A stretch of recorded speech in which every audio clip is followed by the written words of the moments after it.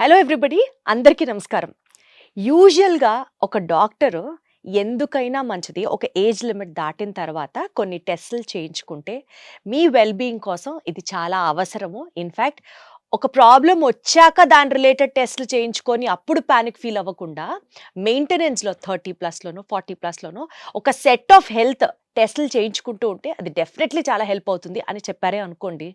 వాళ్ళు అలాగే చెప్తారులే డాక్టర్లు, వాళ్ళదేం పోయింది, ఊరికనే ఎందుకు చేయించుకోవాలి టెస్టులు, అనవసరంగా లేనిపోనివి ఉన్నవి లేనివి ఆ టెస్టుల్లో బయటపడితే అప్పుడు భయపడి చావాలి, ఎందుకు వచ్చింది మేము చేయించుకోమని అంటూ ఉంటారు. కానీ నిజానికి అలాంటి వాళ్ళల్లో కొంతమందికి ఏదన్నా ఒకటి డయాగ్నోజ్ అయిందనుకోండి, చేతులు కాలాక ఆకులు పట్టుకొని కూడా యూజ్ ఉండలేకపోయిన సిచ్యువేషన్స్ కూడా బోలెడు ఉంటాయి. వీటి గురించి కాస్త డీటెయిల్గా మాట్లాడుకుందాం. మిమ్మల్ని భయపెట్టాలనో లేకపోతే ఎక్కువగా ప్యానిక్ ఫీల్ చేయాలనో కాదు, but let us know how this will help. You know last మినిట్లో మనం పొరపాటున అయ్యో ముందర చేసి ఉండాల్సిందే ఈ పని అని అనుకునేలాంటి కొన్ని సిచ్యువేషన్స్ని డిస్కస్ చేద్దాం. బికాజ్ ఆయన క్లినిక్లో ఆయన ప్రాక్టీస్లో చాలా మందిని పేషెంట్స్ని చూస్తూ ఉంటారు కదా. So let us here through him. మనతో పాటు ప్రముఖ గ్యాస్ట్రోఎంట్రాలజిస్ట్ ఉన్నారు, డాక్టర్ రవికాంత్ గారు. ఆయనతో మాట్లాడతాం. సార్ నమస్తే. నేను చెప్పింది కరెక్టేనా సార్? కరెక్టే.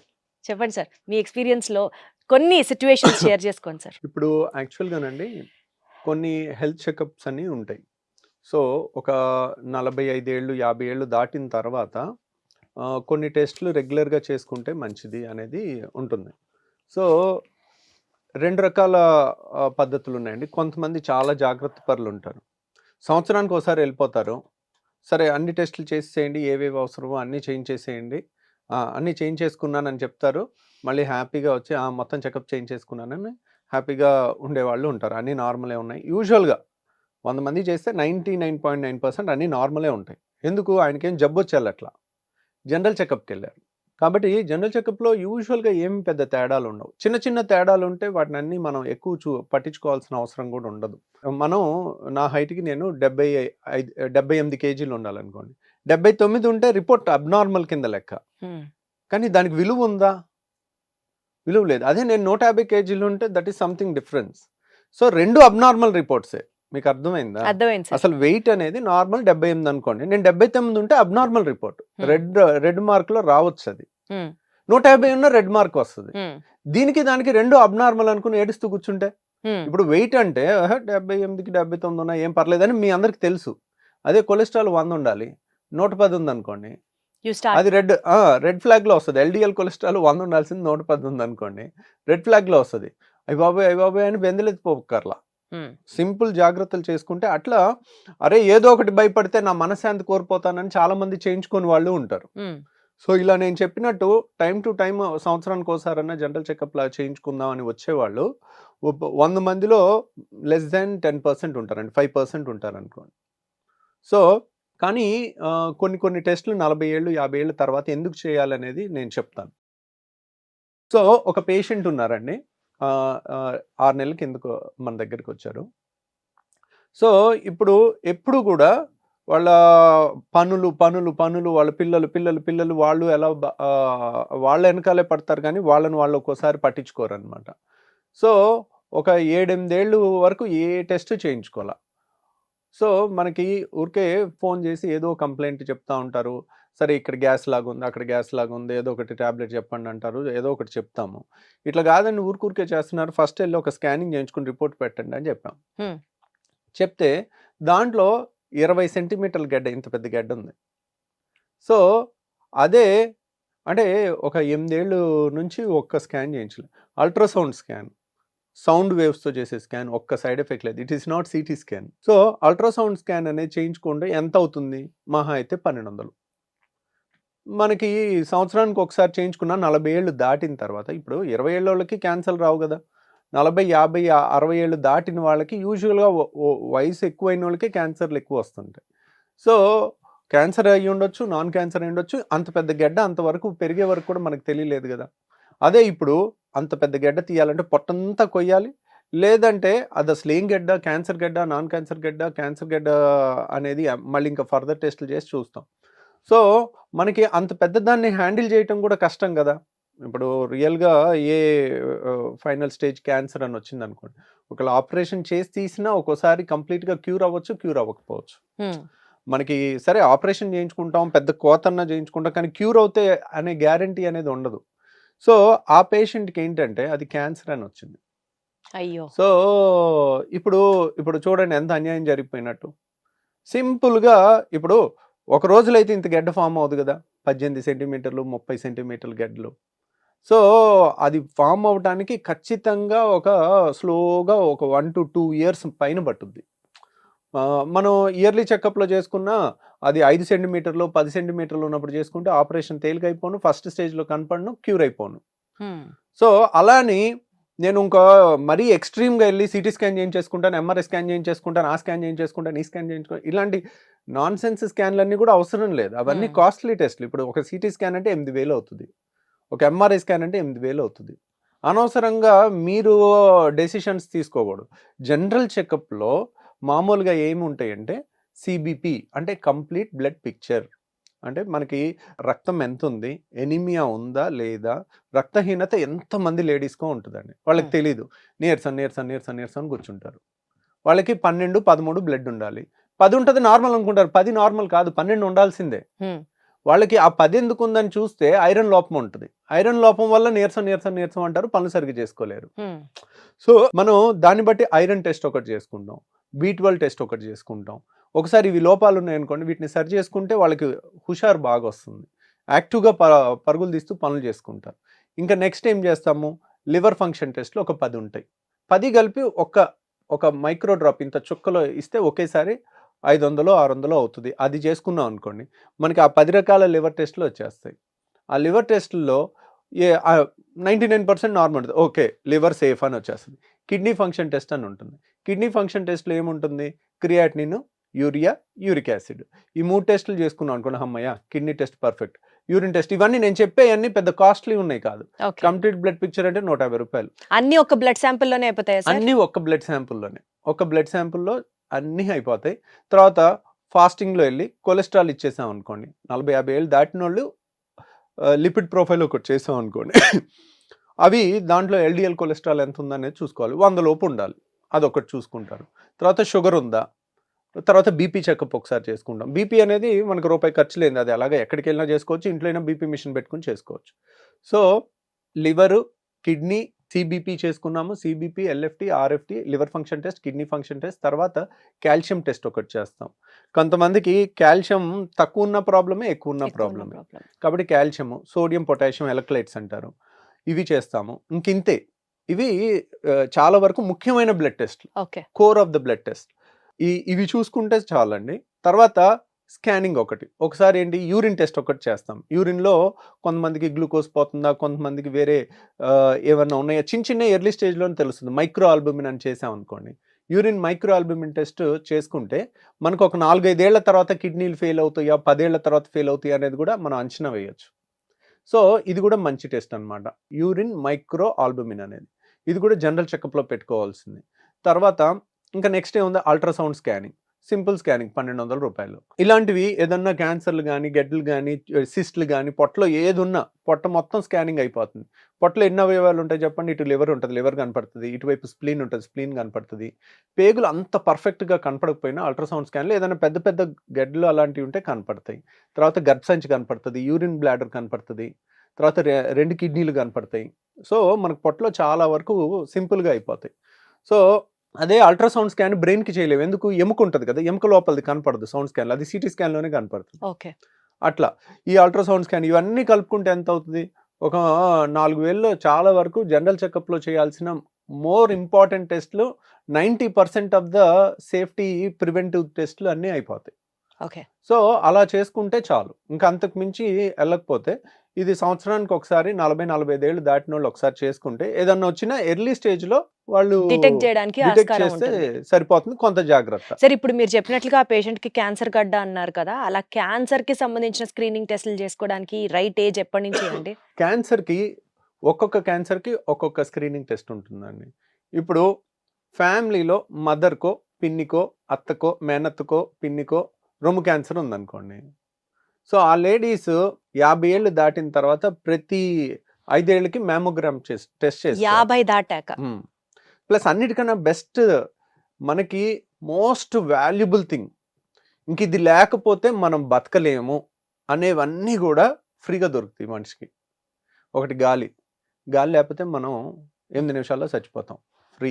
నీళ్లు లేకపోతే చచ్చిపోతాం, ఫ్రీ. ఫుడ్ అంత పెద్ద ఖర్చేం లేదు. సో అలాగే టెస్టుల్లో కూడా మోస్ట్ యూస్ఫుల్ టెస్టులు ఫ్రీయే ఉంటాయి. Weight free, BP free. So సింపుల్గా ఇలాంటివి తెలుసుకున్నారనుకో, ఇవి చిన్న టెస్ట్లు అని అనిపిస్తాయి, కానీ దే ఆర్ నాట్. మనకి ఏ ఖర్చు లేకుండా అందుతుండేసరికి దాని విలువ తెలియట్లేదు అంతే. కానీ మ్యామోగ్రామ్ అనేది ఒక్కోసారి 3,000 నుంచి 5,000 మధ్యలో అవుతుంది. డిజిటల్ మ్యామోగ్రామ్ 3D 2D అని రకరకాలు ఉంటాయి. సో అదంత ఖర్చు కదండి. సింపుల్ థింగ్, స్నానం చేసేటప్పుడు సబ్బు చేత్తో బ్రెస్ట్ ఎగ్జామినేషన్ చేసుకుంటే ఏ చిన్న గెడ్డైనా కనపడుతుంది. వాళ్ళు రోజు అదొక పద్ధతిగా చేసుకున్నప్పుడు స్నానం చేసే టైంలో జస్ట్ సబ్బు చేతికి ఏ చిన్న రోజు చూసుకుంటున్నాం అనుకోండి, ఇదేంటి ఇన్నాళ్ళు లేదు, ఇదేదో ఇంత చిన్న బొడిపిలాగా తగులుతుంది, అది that is the best test to prevent breast cancer. అది ఎవరు చేయాలి? పేషెంట్ తనంతట తను చేసుకోవాలి. సో అలాంటిది ఏదన్నా చిన్నది కనపడింది అనుకోండి, వాళ్ళకి రోజు చేస్తుంటే వాళ్ళకి అర్థమైపోద్ది, ఓకే రోజు చూసుకుంటున్నాను, ఇక్కడేదో కొంచెం బొడిపిలాగా తగులుతుంది, ఇక్కడేదో లోపల గడ్డలా తగులుతుంది, ఏముందో ఒకసారి వెళ్ళి చూసుకుని వస్తాను. యూజువల్గా 40 ఏళ్ళ లోపల క్యాన్సర్లు చాలా అరుదండి. ఇంకా మనం అట్లా భయపడుతూ ఉన్నాం అనుకోండి, పుట్టిన బిడ్డకు కూడా క్యాన్సర్ వస్తాయని టెస్టులు చేయలేం కదా. There should be some rational. భయపడటానికి కానీ జాగ్రత్త తీసుకోవటానికి కూడా మూర్ఖంగా చేయకూడదు. కాబట్టి ఈ సెల్ఫ్ బ్రెస్ట్ ఎగ్జామినేషన్ అనేది ఇన్ఎక్స్పెన్సివ్ టెస్ట్. తర్వాత లేడీస్లో అతి సాధారణంగా వచ్చే రెండో cancer cervix cancer, uterine cervix cancer. అది దానికి సెర్వారిక్స్ అనే ఇంజెక్షన్ వచ్చేసింది. అంటే మనకి ప్రివెన్షన్, అంటే వ్యాక్సిన్ వచ్చింది. అది వ్యాక్సిన్ ఆల్మోస్ట్ స్కూల్ గోయింగ్ పిల్లలకి 18 ఏళ్ళు లోపల ఇచ్చేస్తే ఇంకా వాళ్ళకి రాదు. సో అది ప్రివెన్షన్. ఒకవేళ అది చిన్నప్పుడు ఇవ్వలేదు అనుకోండి, ఇప్పుడైనా తీసుకోవటం ఒక పద్ధతి, కొంత ప్రొటెక్షన్ ఉంటుంది. రెండో ప్రొటెక్షన్ ఏంటంటే ప్యాప్స్మియర్. ప్యాప్స్మియర్ అనే టెస్ట్ చేస్తే మన అదృష్టం కొద్దీ సర్వైకల్ క్యాన్సర్ చాలా భయంకరమైన క్యాన్సర్ అయినప్పటికీ కూడా ఇలా ఒక 6 నెలల్లోనో సంవత్సరంలోనో వచ్చేది. అది స్లోగా ఒక 3, 4, 5 ఏళ్లలో వస్తుంది. కాబట్టి 40 ఏళ్ళు దాటిన వాళ్ళు ప్యాప్స్మియర్ చేయించుకున్నారనుకోండి, ప్యాప్స్మియర్లో కొన్ని కణాలు క్యాన్సర్ కింద మారుతున్నాయి అని వస్తుంది. ఇప్పుడు క్యాన్సర్ కాని కణాలు ఉంటాయి, క్యాన్సర్కి మారిపోయిన కణాలు ఉంటాయి, మధ్యలో ఇంటర్మీడియట్ కణాలు, అలా స్టేజ్ వైజ్ వెళ్తుంది క్యాన్సర్. కాబట్టి ప్యాప్స్మియర్ చేసుకున్నాం అనుకోండి, ప్యాప్స్మియర్లో తేడా సెల్స్ కనపడినాయి అనుకోండి, ఓకే ఎర్లీ స్టేజ్ లో. ఎందుకు? అది కనపడిన తర్వాత ఇంకో 5-10 ఏళ్ళు టైం ఉంటుంది మనకి, అది కంప్లీట్ క్యాన్సర్ స్టేజ్ లో అయితే మనం క్యూర్ చేసేసుకోవచ్చు. ఇప్పుడు ప్యాప్స్మియర్ లో తేడా ఉంది అనుకోండి, దాంట్లో గర్భసంచి ఆపరేషన్ చేసుకుని ఫర్దర్ గా లోపలంతా క్లీన్ చేసుకుని చూసుకుని కొద్ది క్యాన్సర్ ఉన్నా దాన్ని కంప్లీట్ గా తీసేయచ్చు అనమాట. సో ఎర్లీ స్టేజ్ లో చేస్తాం కదా, ఏ ప్రాబ్లం ఉండదు. ఇప్పుడు అదే ఇంకా కొన్ని క్యాన్సర్స్ ఉన్నాయి. ఇప్పుడు టెక్స్ట్ బుక్ గైడ్ లైన్స్ అని గూగుల్లో చూసుకుని చేసుకుంటే అన్ని కరెక్ట్ తెలియదు. ఫర్ ఎగ్జాంపుల్ చెప్తాను, అమెరికాలో ఆర్ యూరోప్లో 50 ఏళ్ళు దాటిన ప్రతి ఒక్కరికి 5 ఏళ్ళకి 10 ఏళ్ళకి ఒకసారి కొలనోస్కోపీ చేయాలి. అంటే 20 కోట్ల మందికి లో ముసలోళ్ళు ఆల్మోస్ట్ 50 ఏళ్ళు దాటిన వాళ్ళు 20 కోట్లో ఒక 5 కోట్లో 3 కోట్లో ఉన్నారనుకోండి, 3 కోట్ల మందికి ప్రతి సంవత్సరం ప్రతి 5 ఏళ్ళకి కొలనోస్కోపీ అంటే అసలు ఎన్ని టెస్టులు చేయాలో. మన ఇండియాలో ఆ గైడ్ లైన్ లేదు. ఎందుకని?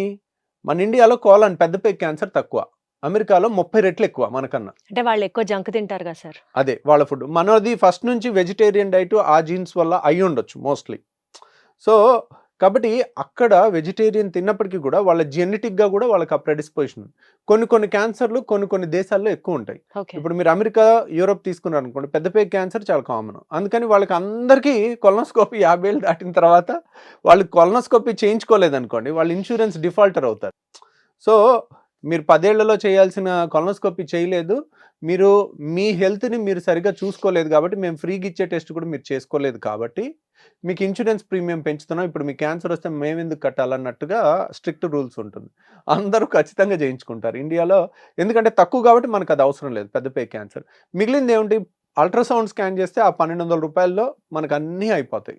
మెజారిటీ ఇప్పుడు గర్భసంచి కనపడుతుంది, గర్భసంచిలో ఏదన్నా గడ్డ ఉన్నా, సిస్టులు ఉన్నా, ఇంకా లివర్లో ఏదన్నా ఉన్నా చాలా వరకు కనపడతాయి అన్నమాట. తర్వాత ఇంకేదైనా గ్యాస్ ట్రబుల్ లాంటిది ఉంటే ఎండోస్కోపీ చేసుకుంటాం, లేకపోతే అది కూడా అవసరం లేదు. సార్ హార్ట్ అటాక్ రిలేటెడ్ టెస్ట్లు ఏమైనా స్క్రీనింగ్ ఉంటాయా? హార్ట్ అటాక్ కి ఈసీజీ చేస్తామండి. ఇప్పుడు ఏజ్ తర్వాత చేయించుకోవాలి సార్? ఈసీజీ అనేది యూజువల్ గా హార్ట్ అటాక్ కి రిస్క్ ఫ్యాక్టర్స్ 6 ఉన్నాయండి. ఈ 6 ఉంటే మనం రెగ్యులర్ గా చేసుకోవాలి. ఇప్పుడు ఎవరికి వస్తుంది హార్ట్ అటాక్? ఫస్ట్ ఏజ్ ఎక్కువ ఉన్న వాళ్ళకి వస్తుంది, చిన్నోళ్ళకి రాదు, తక్కువ. ఓకేనా? నెంబర్ 1 ఏజ్ ఎక్కువ ఉండాలి. ఏజ్తో పాటు వచ్చే చేంజెస్ ఏంటి? Sugar, BP, cholesterol. ఈ 3 ఉంటే మనకి ఈ 3 ఏజ్తో పాటు వస్తాయి, కొంతమందికి ముందు కూడా వస్తాయి. ఈ 3 ఉంటే 4 పాయింట్లు.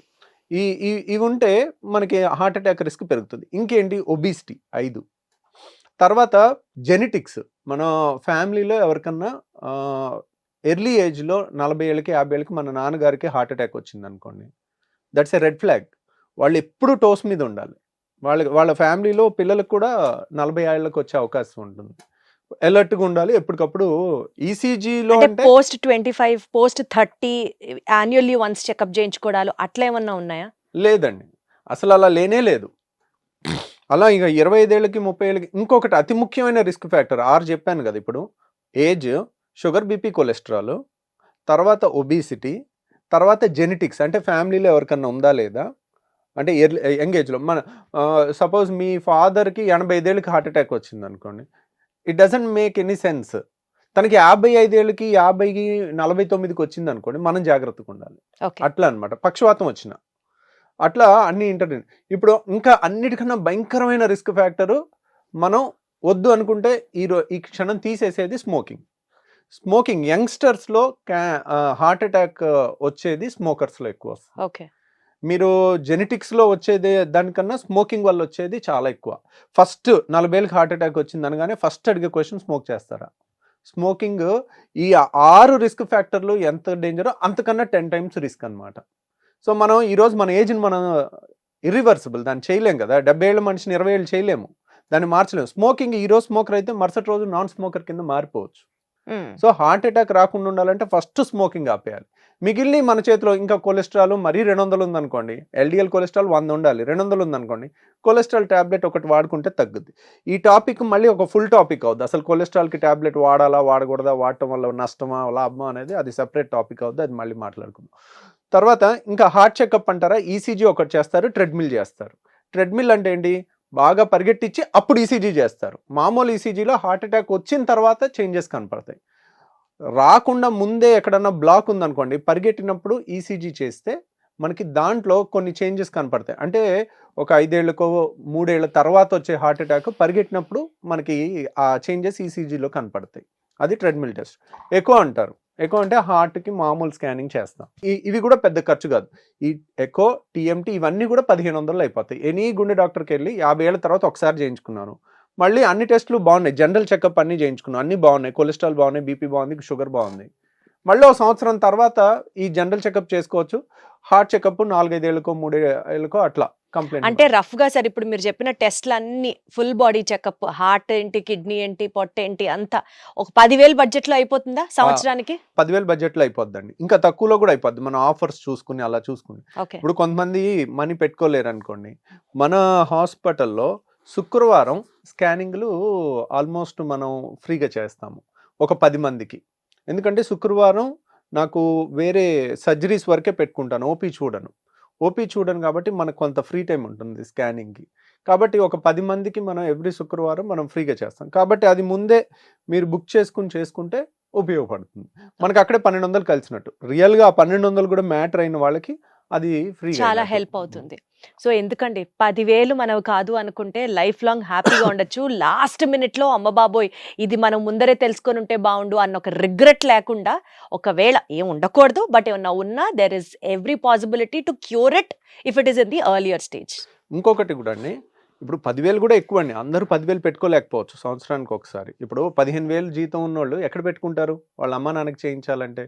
కాబట్టి ఇఫ్ యు ఆర్ రెడీ, మనకి ఈ ముఖ్యమైన టెస్టులు అన్నీ కూడా ఇప్పుడు అనుకున్నవన్నీ కూడా 4,500 లోపల కూడా చేయొచ్చు.